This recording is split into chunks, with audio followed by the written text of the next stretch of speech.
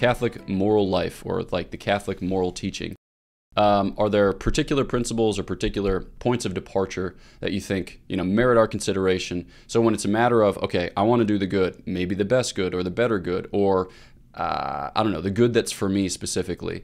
What are ways in which we can envision the question from your experience? Well, I guess the simple way we think about it is in terms of the commands of Christ, twofold command to love yourself, love your soul, strength, mind, body, and love your neighbor as yourself, this sort of thing, the twofold command of love. And then that gets, of course, branched out and brought it. The Ten Commandments kind of come in the background here, I suppose.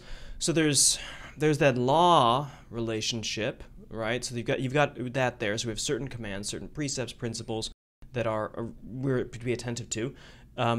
Then, of course, the virtues, which are not unrelated to that, of course, love, charity, and you have those as, guiding good action, you could say. So I think it's something about the interrelation. We have principles of law and commands, and then we have principles of virtue and perfection. So it's a matter of, you might think, things what one must do, and things what can do or ought to do. But the ought, this is the interesting thing for a philosopher, right? Oughts come in two forms. They come in a categorical kind of ought, and they come in a sort of hypothetical ought, you could say, or something like a absolute ought. You ought to do this, and under no circumstances ought you do something else.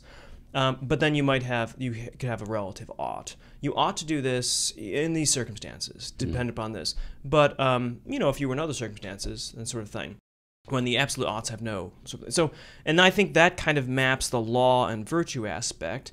And then, of course, the third thing is the Holy Spirit. I mean, we can't rule him out. I mean, this is the life of the saints and responding to grace and these inspirations that I think aren't, of course, it's not, the Holy Spirit's not going to inspire you to do something against absolute or even relative oughts in many cases, but that there's a sense of responding to the Spirit in particular circumstances.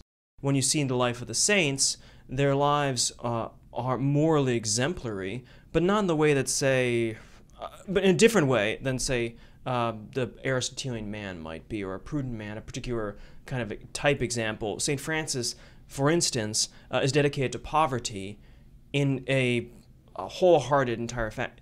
But it's clear that that's not like the norm, but it's also something that's good. So it's not law, but it's also a good. And so here again we have this balance, I think, between law and virtue.